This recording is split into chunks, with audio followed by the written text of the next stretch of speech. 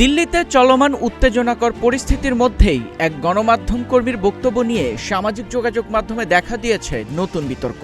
আন্দোলনের মুখে সরকারকে সংযম ছেড়ে কড়া পদক্ষেপ নেওয়ার তাগিদ দিয়েছেন তিনি। তার দেওয়া বক্তব্যকে অনেকেই তুলনা করছেন কোটা আন্দোলনের সময়ে সাবেক প্রধানমন্ত্রী শেখ হাসিনাকে সাংবাদিক প্রভাস আমিনের করা উস্কানিমূলক প্রশ্নের সাথে।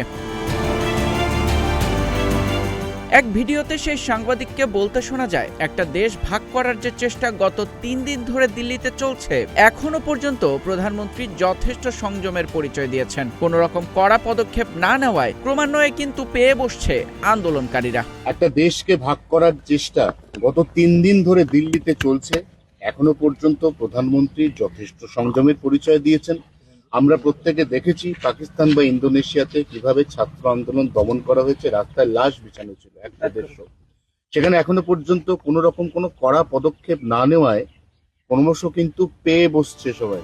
আন্দোলনকারীদের দেশ ভাগ করার চেষ্টা হিসেবে আখ্যা দেওয়া এবং সরকারের ধৈর্য ধারণ করাকে দুর্বলতা দেখিয়ে বল প্রয়োগের প্ররোচনা দেওয়ার এই ঘটনাকে নেটিজেনরা বাংলাদেশের কোটা আন্দোলনের সময়ের কথা মনে করিয়ে দিচ্ছেন। সে সময় ঢাকায় সাবেক প্রধানমন্ত্রী শেখ হাসিনার সংবাদ সম্মেলনে সাংবাদিক প্রভাস আমিনের বিতর্কিত ও উস্কানিমূলক প্রশ্নটি ব্যাপক ক্ষোভের জন্ম দিয়েছিল, যা পরবর্তীতে ছাত্র জনতার আন্দোলনকে আরও তীব্র রূপ দেয়। মেধায় সবাই সমান।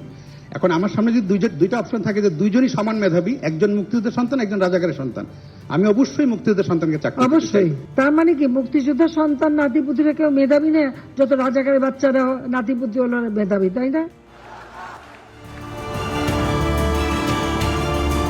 সামাজিক যোগাযোগ মাধ্যমে অনেকেই প্রশ্ন তুলছেন, দিল্লির এই সাংবাদিকও কি তবে ভারতের প্রভাস আমিন হতে চলেছেন? যেখানে নিরপেক্ষ সংবাদ পরিবেশন করার কথা, সেখানে আন্দোলনকারীদের দমন করতে পাকিস্তান কিংবা ইন্দোনেশিয়ার মতো রাস্তায় লাশ ফেলে দেওয়ার উদাহরণ দেওয়াকে দায়িত্বজ্ঞানহীন সাংবাদিকতা বলেই অভিহিত করছেন সামাজিক যোগাযোগ মাধ্যম ব্যবহারকারীরা।